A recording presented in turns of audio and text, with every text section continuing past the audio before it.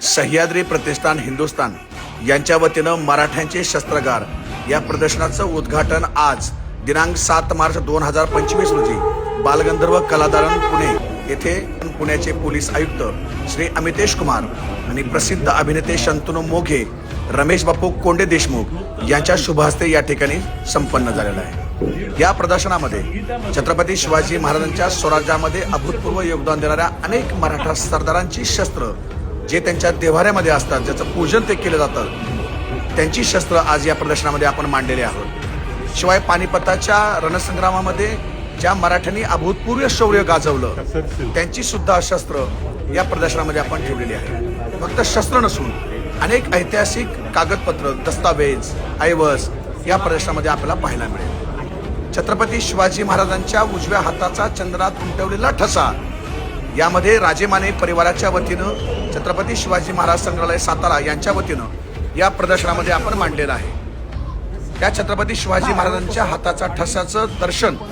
सर्व शिवभक्तांना या ठिकाणी पाहायला मिळणार आहे।